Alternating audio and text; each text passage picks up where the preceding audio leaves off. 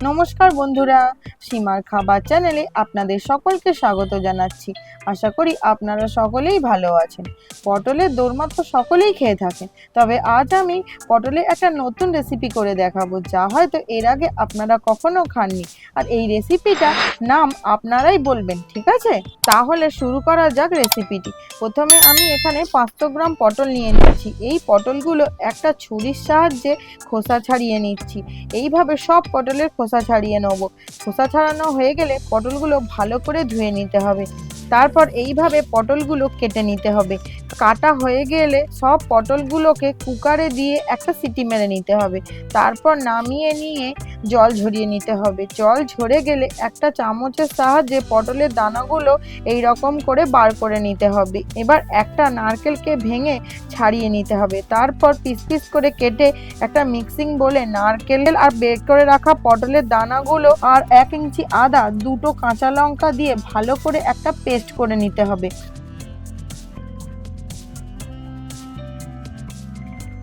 এবার একটা ফ্রাইং প্যানে সামান্য তেল দিতে হবে। তেলটা গরম হয়ে গেলে তাতে বেটে রাখা মিশ্রণটা দিয়ে ভালো করে নেড়ে চেড়ে তাতে দিতে হবে স্বাদ মতো নুন, একটু জিরে গুঁড়ো, সামান্য চিনি।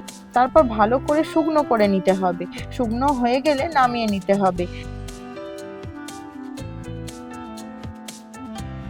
এবার এই পুরটাকে হাফ পটলের মধ্যে দিয়ে হাফ পটলকে চাপা দিয়ে দিতে হবে। এইভাবে প্রত্যেকটা পটল পুর ভরে নিতে হবে। এবার আমাদের একটা ব্যাটার তৈরি করে নিতে হবে। তার জন্য লাগছে 3 টেবিল চামচ বেসন, 2 টেবিল চামচ চালের গুঁড়ো আর 1 টেবিল চামচ কর্নফ্লাওয়ার। আর এতে দিতে হবে হাফ টিস্পুন কালো জিরে, স্বাদ মতো নুন আর হাফ টিস্পুন চিনি। এবার ভালো করে মিশিয়ে নিতে হবে। মেশানো হয়ে গেলে অল্প অল্প জল দিয়ে একটা ব্যাটার তৈরি করে নিতে হবে।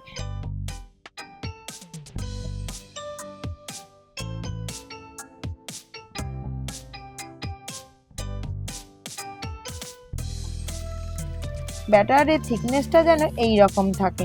এবার গ্যাসে একটা কড়াই বসিয়ে তাতে বেশি করে তেল দিতে হবে। তেলটা গরম হয়ে গেলে পুর ভরা পটলটাকে এই ব্যাটারে ডুবিয়ে তেলে ছেড়ে দিতে হবে। এক পাশটা লাল করে ভেজে অন্য দিকটা উল্টে আবার ভালো করে লাল করে ভেজে নিতে হবে। এইভাবে প্রত্যেকটা পটল ভেজে নিতে হবে। তারপর একটা প্লেটে করে সার্ভ করতে হবে।